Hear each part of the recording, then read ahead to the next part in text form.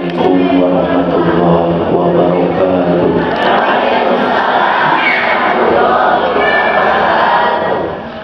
Alhamdulillahilladzi wa kafa, wassalatu wassalamu ala nabiyyil mustafa wa ala alihi wa ashabihi min ahli sidqi wal wafa.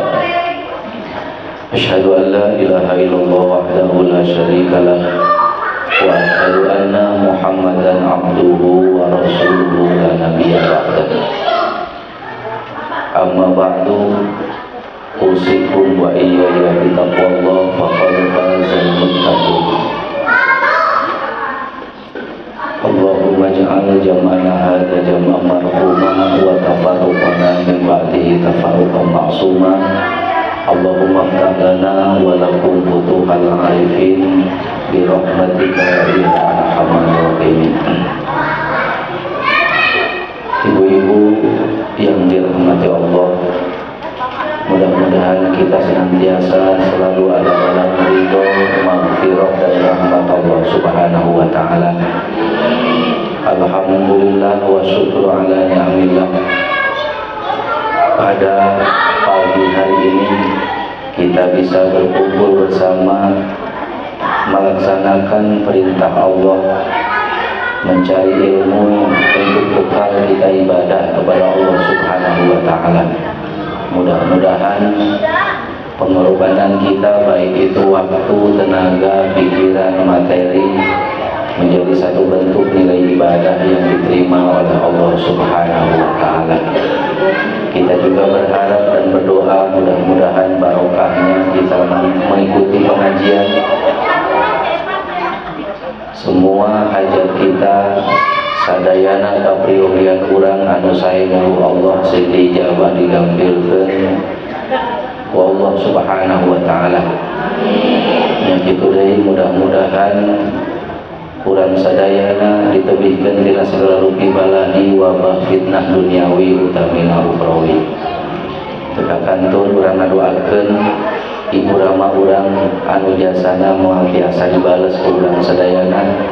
Mudah-mudahan salamina anjeunna aya dina rahmat maghfirah ridha Allah Subhanahu wa taala. Tekakantun para putra turunan urang sadayana mudah-mudahan sing janten jalmi-jalmi anu saleh salihah. Ala hadhihi niyyah wa kulliyatil maghfirah nas'aluka al-ijabah al-Fatihah. A'udzu billahi minasyaitonir rajim. Bismillahirrahmanirrahim. Alhamdulillahirabbil alamin arrahmanir rahim maliki yaumiddin. Iyyaka na'budu wa iyyaka nasta'in ihdinas siratal mustaqim. Siratal ladzina an'amta 'alaihim ghairil maghdubi 'alaihim waladdallin. Amin. Ibu bapak, para ibu yang dirahmati Allah, dalam surat Al-Baqarah ayat 153 Allah berfirman, a'udzubillahi minasyaitonir rajim. Ya ayyuhalladzina amanu ista'inu bis-sabri was-shalah innallaha ma'as sabirin. Hai orang-orang yang beriman, jadikanlah sabar dan sholat sebagai penolongmu. Sesungguhnya Allah beserta orang-orang yang sabar. Pada pagi hari ini, materi yang akan kita bahas bersama adalah satu kalimat yang pondok mudah diucapkan tapi sangat berat diamalkan, yaitu sabar. Kalimat yang sering kita sampaikan ke orang lain, ke anak kita, ke saudara kita, ke teman-teman kita, pendek, mudah, tetapi sangat berat sekali untuk diamalkan. Nah, tentu sesuatu yang berat di dalam melakukan ibadah itu memiliki pahala yang sangat besar. Inna a'dhamal jaza ma'a a'dhamal balwa.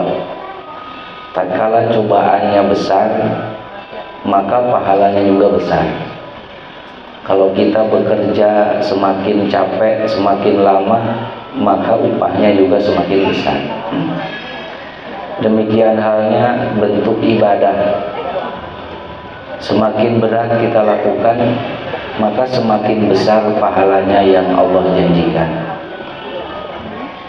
Kita hidup di alam dunia ini diciptakan oleh Allah, memiliki tugas, tidak gratis. Apa tugas kita? Yaitu ibadah. Wa ma khalaqtul jinna wal insa illa liya'budun. Dan tidak aku ciptakan jin dan manusia kecuali hikmahnya digunakan untuk ibadah.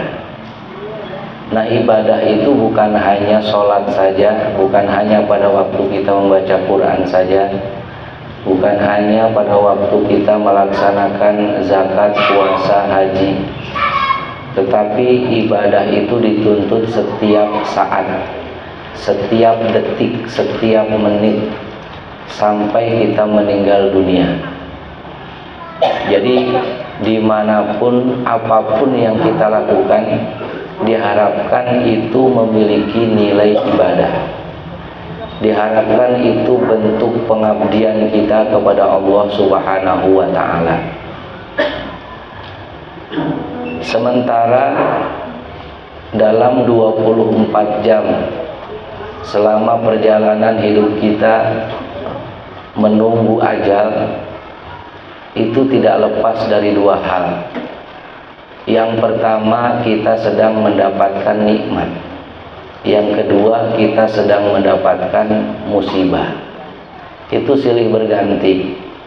Upami orang untuk nuju kenging nikmat, berarti orang nuju kenging musibah. Makanya Rasulullah bersabda, sangat indah sekali yang dialami oleh seorang mukmin, karena setiap waktu, setiap saat, setiap kondisi itu selalu melahirkan keindahan dan kebaikan.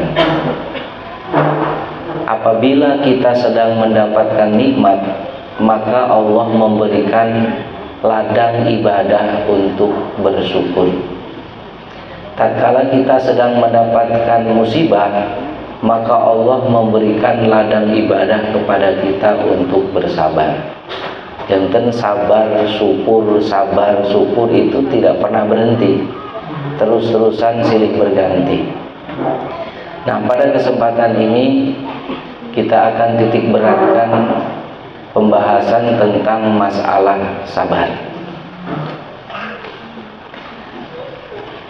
Jamaah yang dirahmati Allah, salah satu ulama yang sangat besar, beliau memberikan satu makalah, man lam yukbil ala Allah bimulaqafatil ihsan uyida ilaihi bisalasilil imtihan.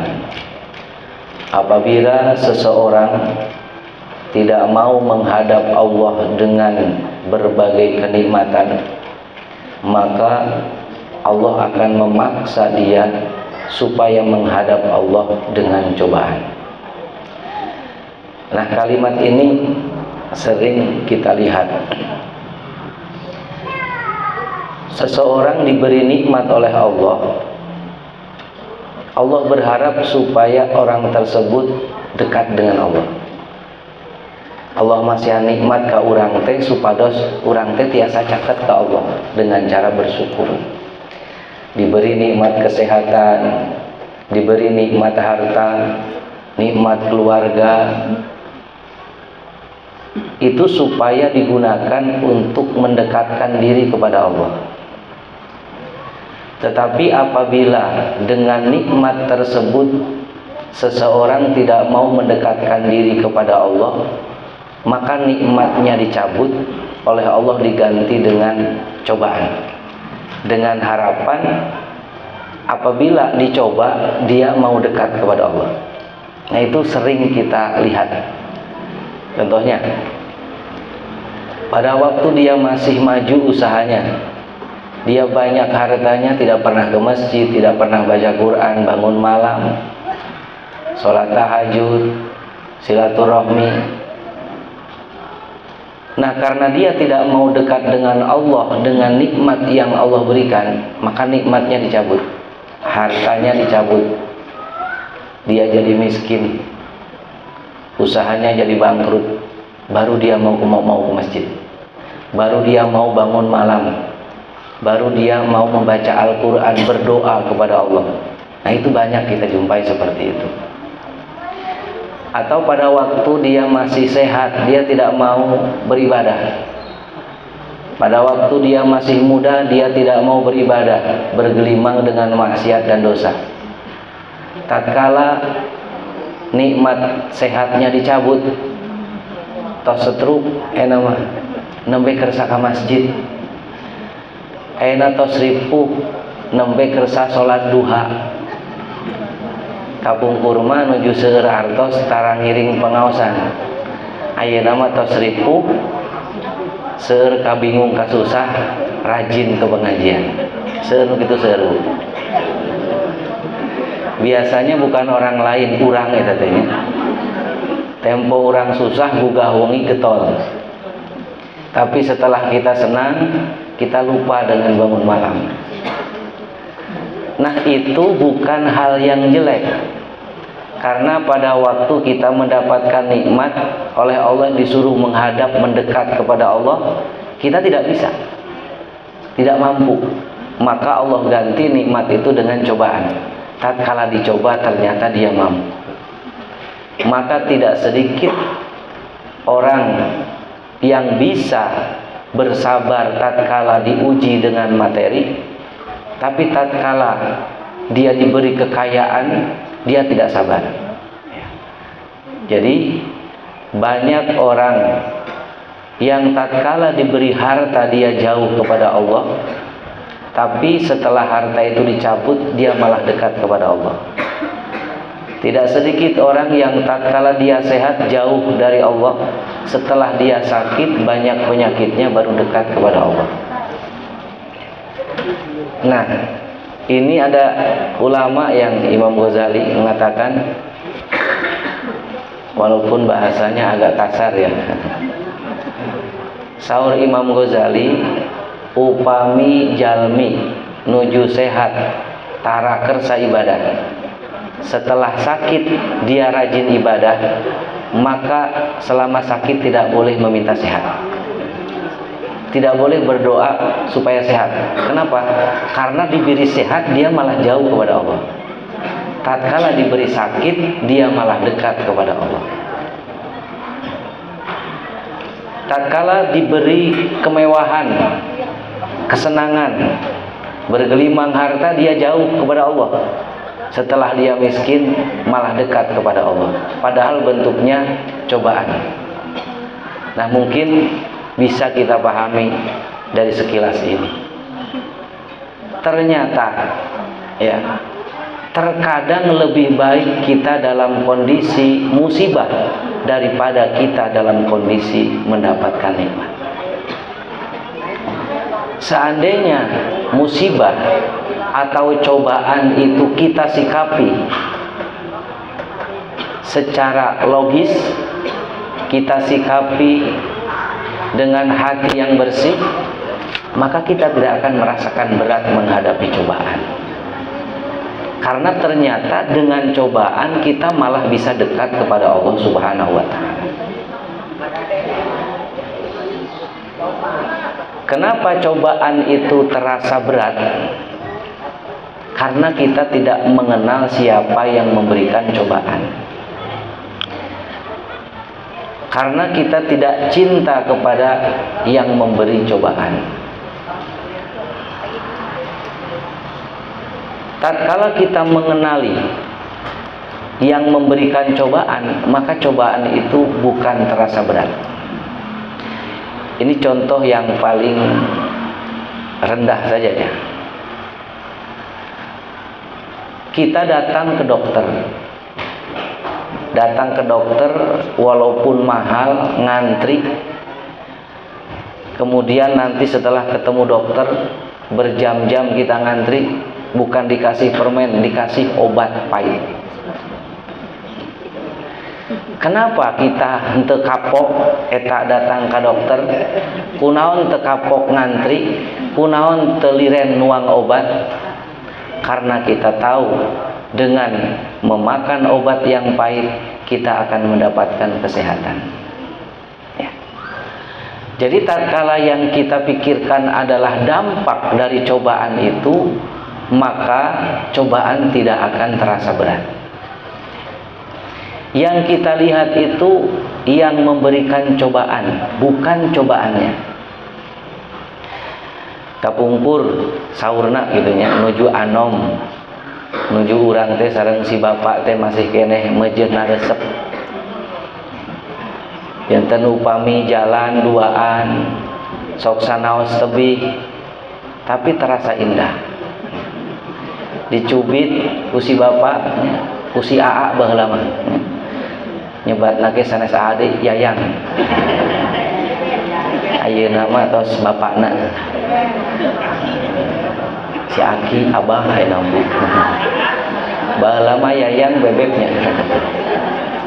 Dicubit oleh suami bukan sakit tapi indah. Ya, ditinggalian we urut dicubit teh.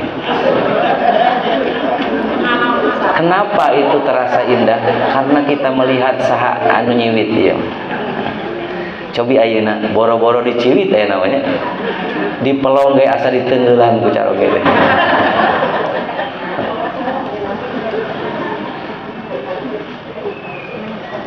Nah, karena itu tahapan seseorang bisa dikategorikan sabar itu ada 3 tahap. Yang pertama adalah tarkus sakwa, henteu kukulutus, dicoba ku Allah teh henteu kukulutus, henteu menggerutu, dikasih penyakit kita tidak mengeluh kepada Allah, kita tidak mengeluh kepada manusia ya. Nah, kecuali kepada ahlinya tidak apa-apa. Ibu nyeri waos misalnya dongkap ke dokter, kunaon ibu tenan naon abi mah sehat moal kapendak penyakitna mangga carioskeun dokter abi teh nyeri waos mangga. Itu bukan masuk kategori kita menggerutu. Jadi tarkus sakwa, apabila diuji dicoba oleh Allah kita tidak mengeluh. Kemudian tingkatan yang lebih tinggi lagi, apabila diuji dicoba oleh Allah, ridho, kita menerima dengan kebahagiaan. Itu artinya ridho ya. Sebatas ridho teh orang di pasihan artos 1 juta tah ridho eta teh. Manah teh ridho gitu tah ku caroge sadinten di pasihan artos 2 juta. Manah teh nampi gitu tah eta ridho namina. Nah, di pasihan cobaan teh hati kita merasa seperti itu. Itu namanya ridho. Nah, yang paling tinggi sikap kita terhadap cobaan itu adalah mahabbah, cinta, resep. Upami teu diuji teh ngarep-ngarep Gusti iraha abi diuji. Seperti kapungkur upami tos salami teu pendak teu diciwit teh hoyong diciwit deui teh gitu tah. Nah, mahabbah, cinta. Nah, apabila ujian itu datang dari yang paling kita cintai, maka bukan sakit yang kita rasakan, tetapi indah yang kita rasakan. Nah, itu apabila sudah masuk kategori mahabbah, cinta terhadap yang memberikan cobaan. Jadi apabila kita merasa cinta terhadap cobaan, tidak akan terasa sakit. Nah, dulu Nabi Yusuf bersama dengan Siti Zulaikha. Nabi Yusuf teh kasepna luar biasa itu.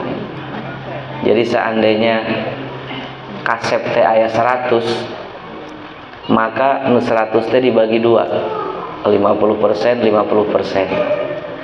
Nah, nu 50% kasep teh dipasihkeun ka nabi kita, Nabi Muhammad sallallahu alaihi wasallam.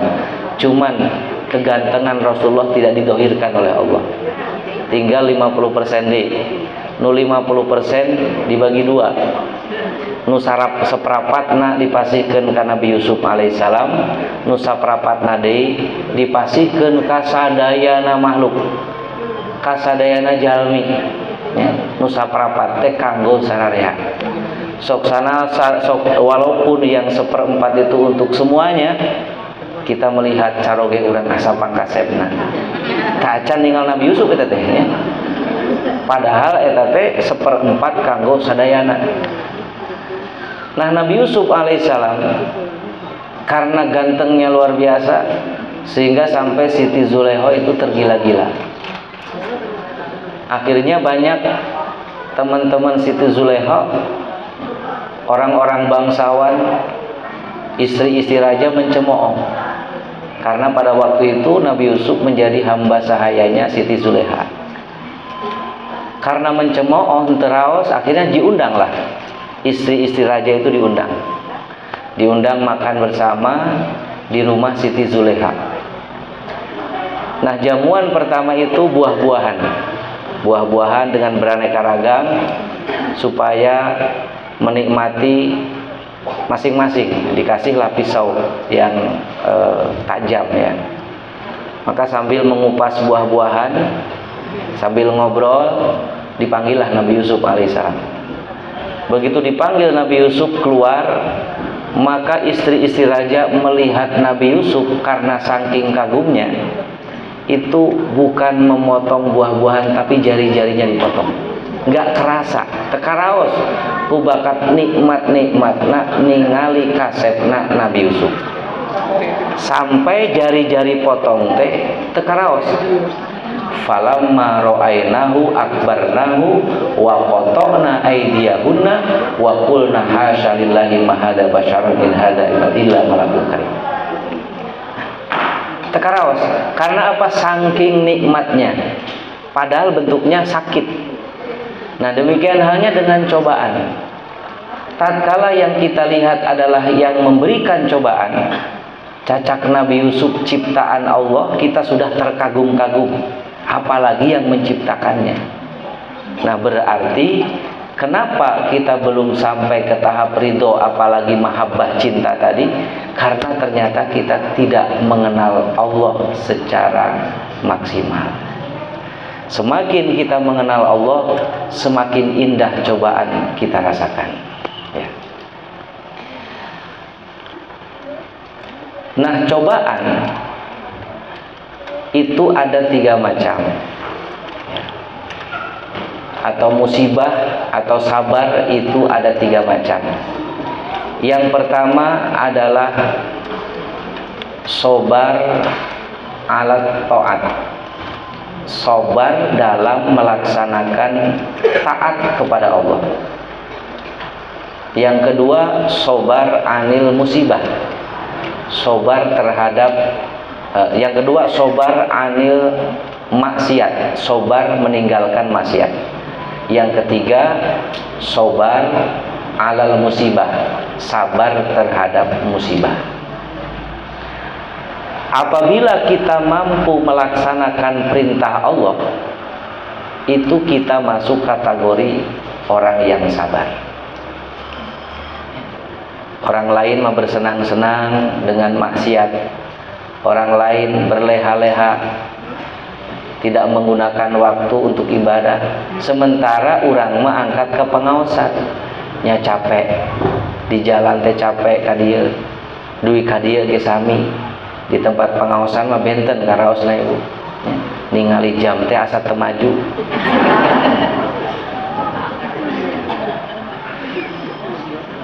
Aya ditahan-tahan ngan ieu bujur teh daek cicing, polisi tos seperakan digentos eta posisi duduknya acan rengse wae ngaos.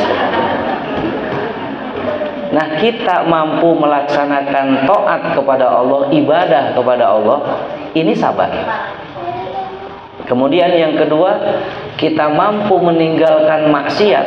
Meninggal maksiat itu berat meninggalkan, karena maksiat itu pasti indah, pasti nikmat.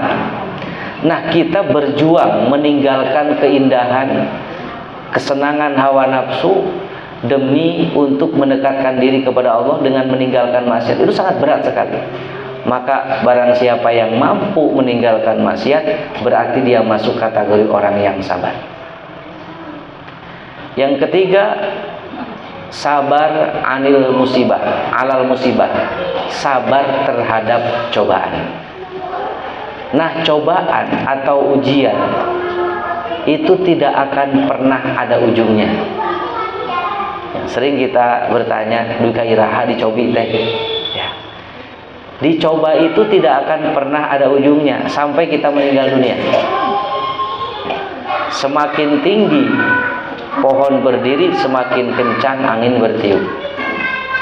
Semakin tinggi keimanan seseorang, maka cobaannya semakin berat.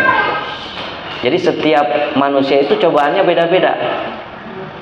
Tapi kita yakin la yukallifullahu nafsan illa wus'aha.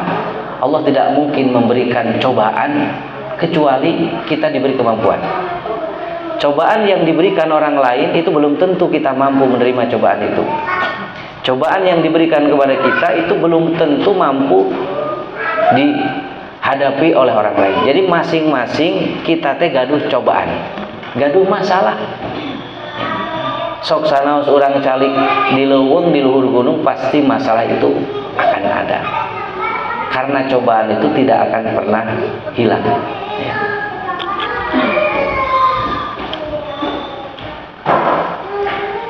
Kenapa kita harus dicoba?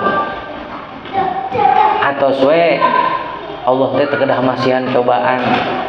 Nah, kalau kita tidak dikasih cobaan, maka iman kita tidak akan pernah naik.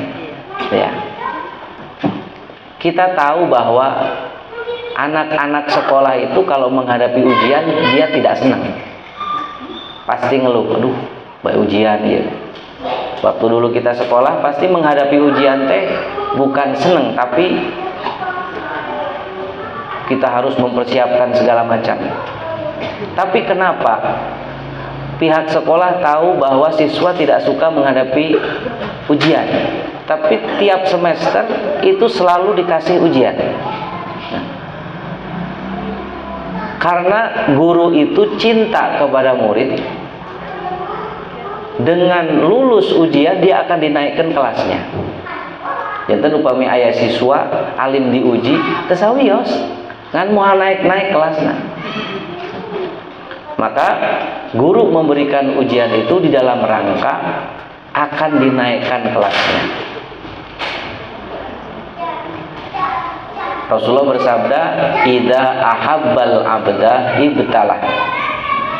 Apabila Allah mencintai hambanya, Allah pasti akan menguji hambanya tersebut. Diuji, apa benar kita cinta kepada Allah? Dalam satu ayat dikatakan, apakah kalian beranggapan setelah kalian beriman lalu kalian tidak akan diuji? Jadi kita diuji apa benar kita ini iman. Nah, lulus ujian yang kecil, naik lagi ujian berikutnya, naik lagi ujian berikutnya, sampai meninggal dunia. Bahkan ada beberapa dosa yang tidak bisa hilang dengan taubat, tidak bisa hilang dengan amal soleh, tapi hilangnya dengan cobaan. Itu ada beberapa dosa kita istighfar bagaimanapun tidak akan hilang, tapi hilangnya tatkala kita lulus dengan cobaan itu, dengan ujian tersebut. Maka Allah katakan tadi, innallaha ma'as sabirin. Sesungguhnya Allah beserta orang-orang yang sabar. Barangkali sampai di sini siap untuk sabar, Ibu.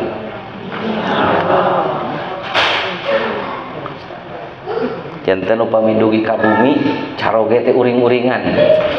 Siapa yang namanya? Sabar.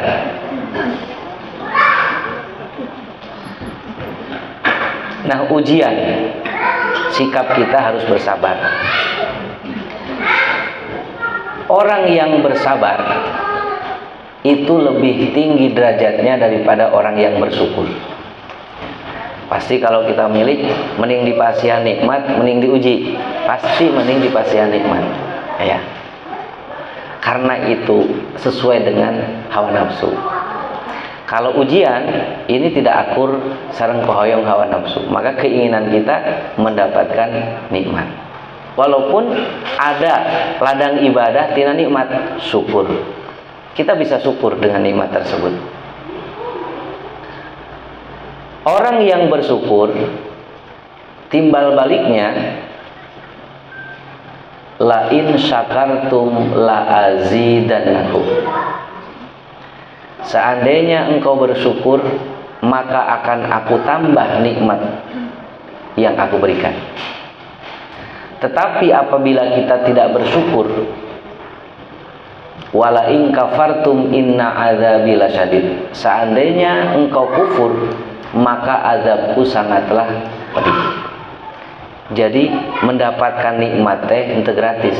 Ada kewajiban harus bersyukur. Kalau tidak bersyukur, maka siksa Allah akan siap kita hadapi.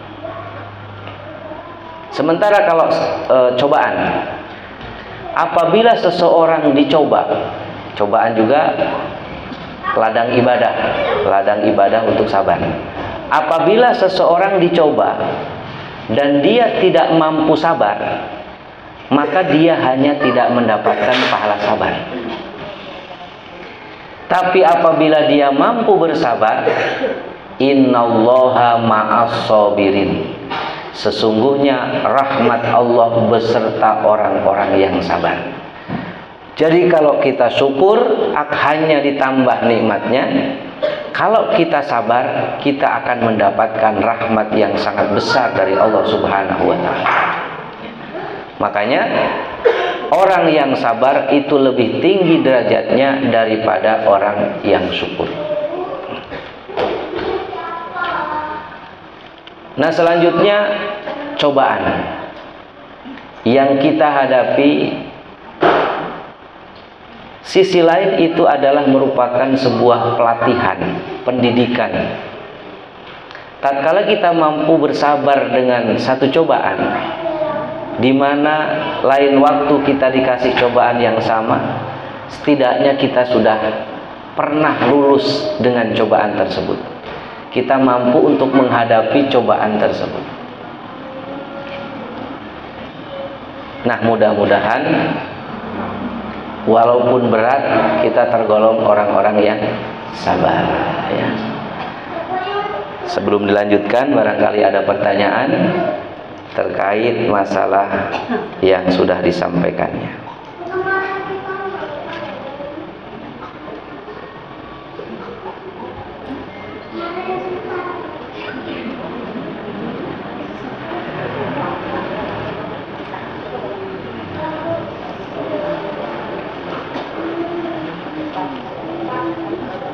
Ya, silakan. Ya, silakan.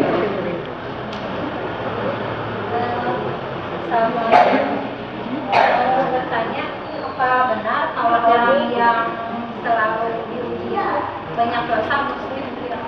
Oh ya. Apakah banyak dosa? Apakah selalu orang yang sering diuji itu adalah orang yang banyak dosa? Ya. Ibu sering diuji gitu?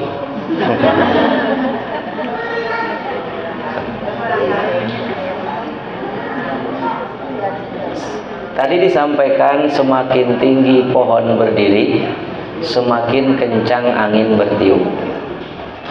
Semakin tinggi nilai keimanan seseorang, maka semakin berat cobaan yang harus dihadapi.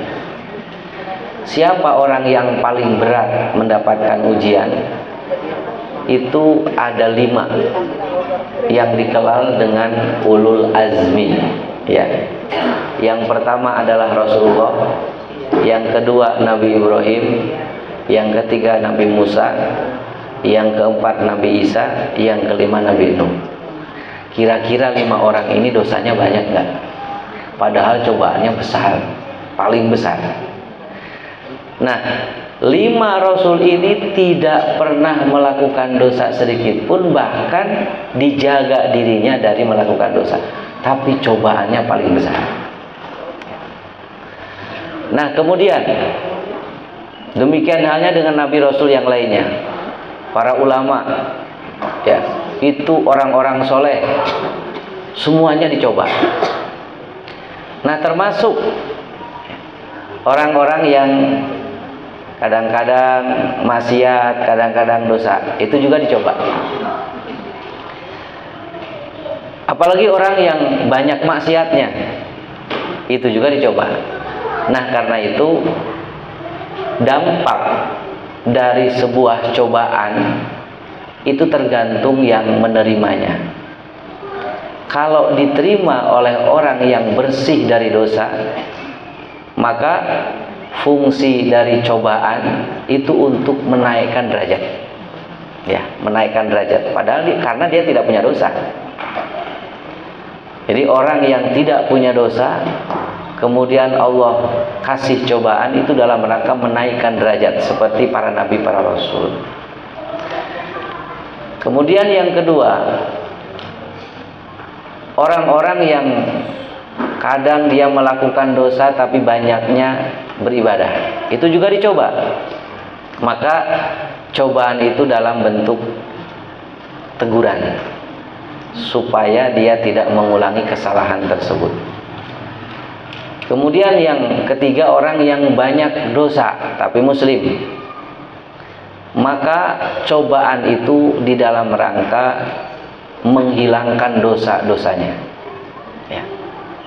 Apabila musibah itu, di bencana itu dialami oleh orang-orang kafir, orang kafir juga mendapatkan bencana, musibah, ya, bukan musibah, mendapatkan sakit, bangkrut, ya.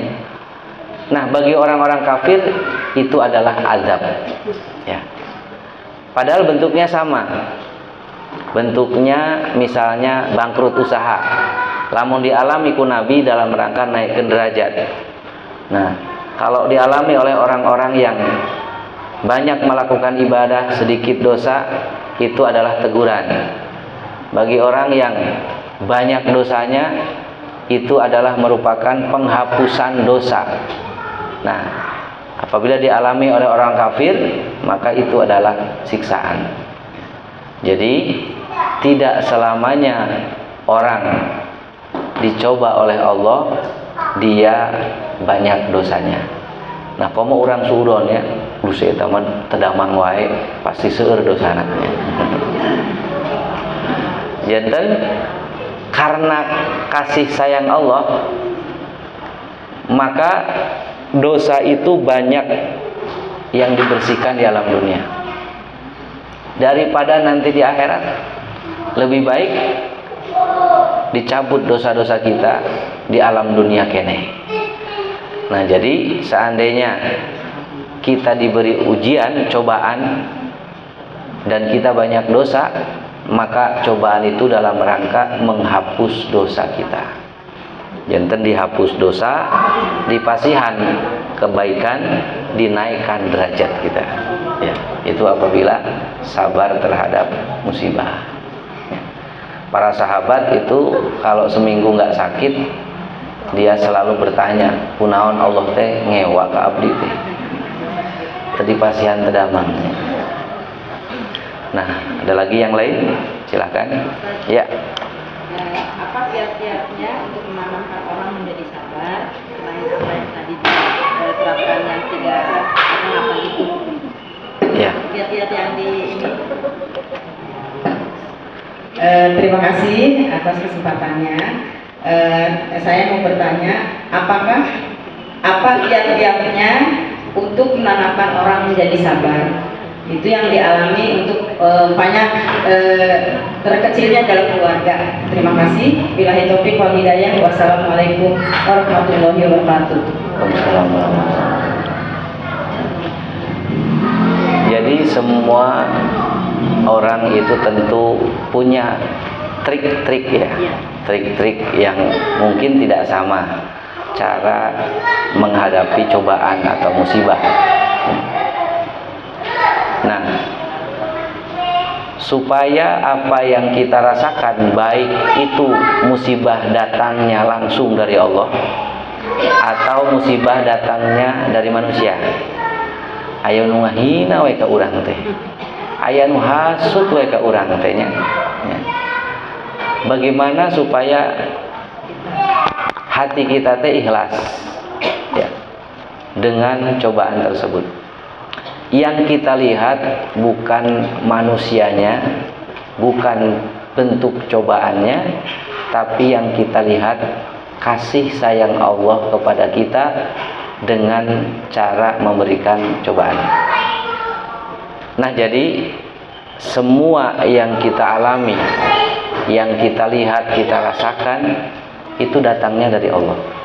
Ya, kita tahu bahwa rukun iman yang nomor 6 adalah iman kepada qada dan qadar, khairihi wa syarrihi minallah. Baik itu yang baik atau yang tidak baik, itu hakikatnya datang dari Allah. Pami aya batur nyarekan ka urang, ulah ditingali jalmina, tapi yang menggerakkan hati orang itu untuk marah kepada kita adalah Allah. Maka kita tidak akan timbul rasa benci kepada orang tersebut, tetapi kita akan merasa senang bahwa Allah menguji kita lewat orang tersebut. Ya. Sebenarnya kalau semuanya yang kita lihat adalah Allah, maka tidak ada hasud, tidak ada takabur, tidak ada riya, tidak ada penyakit-penyakit hati yang ada dalam diri kita. Kemudian yang kita lihat yang kedua adalah yang memberi cobaan tersebut, bukan cobaannya. Sanes nyeri patuangan anak, sanes nyeri sirahna, tapi yang kita lihat adalah yang memberikan cobaan. Nah, tentu karena tingkat iman kita ini masih dalam tahap berapa ya, kita belum sampai kepada mahabbah ya. Di pasihan nyeri sirah teh cinta tekaraos nyeri sirahna, mungkin belum sampai ke situ. Ya, setidaknya henteu kukulutus. Ya, henteu kukulutus itu tahapan yang paling rendah. Apabila kita mampu di tahap itu, berarti kita mendapatkan pahala sabar. Kalau di bawah itu sabar tekenging, musibah mangger. Nah, jadi musibah, nikmat, apabila sudah datang waktunya, datang. Hari ini kita dapat musibah, mau kita sabar mau tidak, musibah tetap datang. Hari ini kita dapat nikmat, mau syukur mau tidak, nikmat itu pasti datang. Nah, kaitannya dengan musibah, daripada kita sakit tidak dapat pahala, mending kene sakit dapat pahala. Ya, artinya belajar kita untuk bersabar. Da upamin teu sabar, da musibah angger bakal datang. Ya. Jadi percuma kukulutus, percuma kita tidak sabar, kita rugi. Yang pertama, cobaan tetap datang. Yang kedua, kita tidak mendapatkan pahala. Sekecil apapun cobaan, itu ada pahalanya. Walaupun bentuknya kecil cobaan. Ya. Walaupun bentuknya misalnya kacugak kucucuk anu alit. Nah, itu bisa menghapus dosa kita. Ya. Jadi saya juga masih belajar ya untuk bisa bersabar. Nah, diantaranya seperti itu yang kita lihat bukan bentuk cobaannya, bukan manusia yang menjadi perantara datangnya cobaan tersebut, tetapi yang kita lihat hakikatnya Allah yang memberikan cobaan. Maka tatkala kita cinta kepada Allah, kita tahu bahwa Allah itu begitu sayang kepada kita, tidak mungkin Allah memberikan cobaan itu karena benci. Pasti Allah memberikan cobaan itu karena cinta kepada kita. Nah, apabila kita sudah meyakini bahwa moal pati-pati Allah masih ada cobaan, lamun Allah untuk cinta, maka hati kita akan sedikit ya menerima ya, walaupun harus melalui proses untuk menerima secara maksimal karena keimanan kita masih di bawah, masih rendah ya. Ada lagi yang lain? Silakan.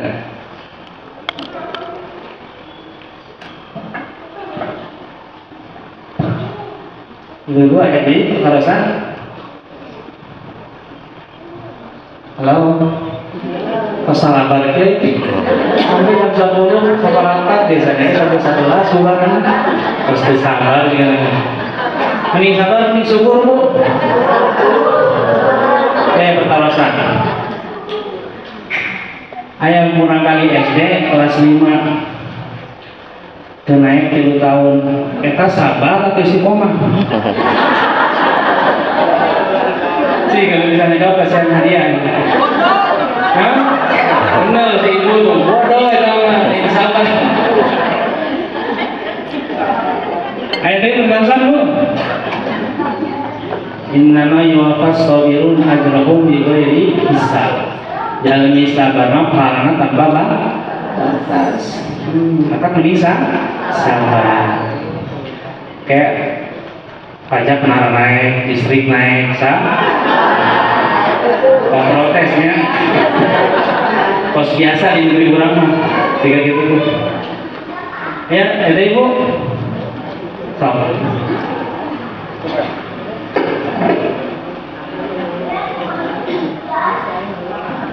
Assalamualaikum warahmatullahi wabarakatuh.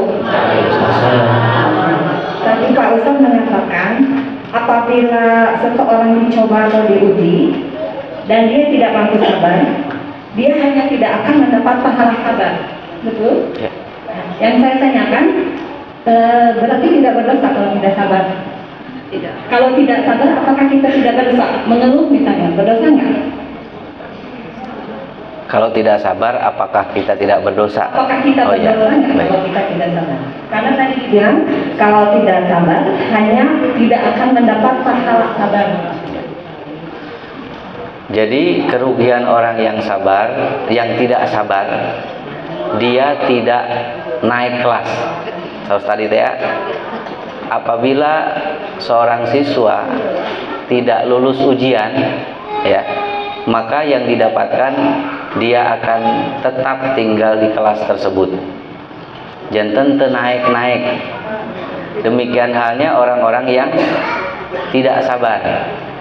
Nah, dia tidak mendapatkan derajat yang lebih, tentu dia tidak mendapatkan pahala yang dijanjikan oleh Allah Subhanahu wa taala.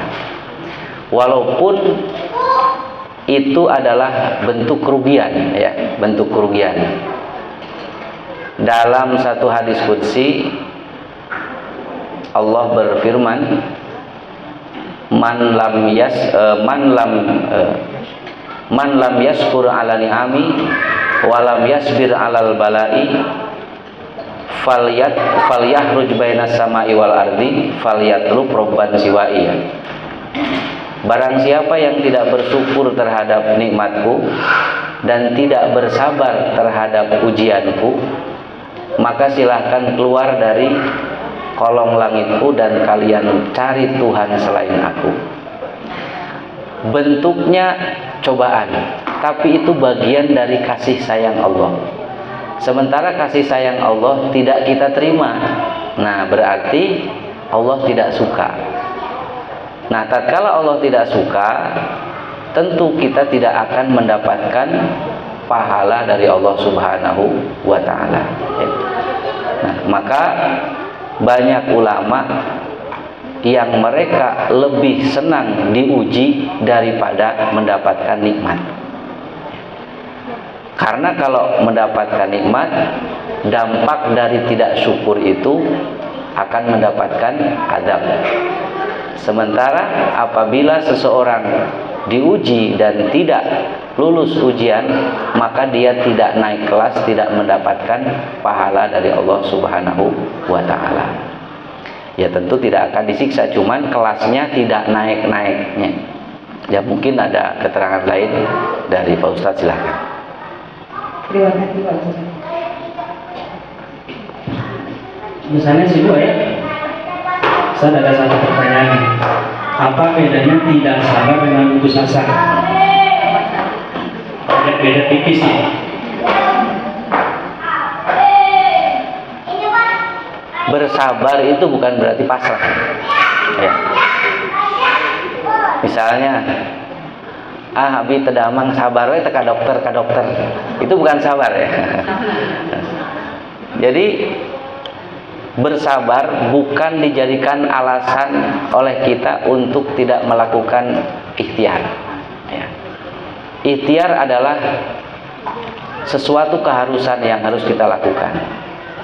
Tapi tatkala kita sudah mentok ikhtiar kita dan ikhtiar kita tidak berhasil, tidak sesuai dengan keinginan kita, maka kita harus bersabar kepada Allah.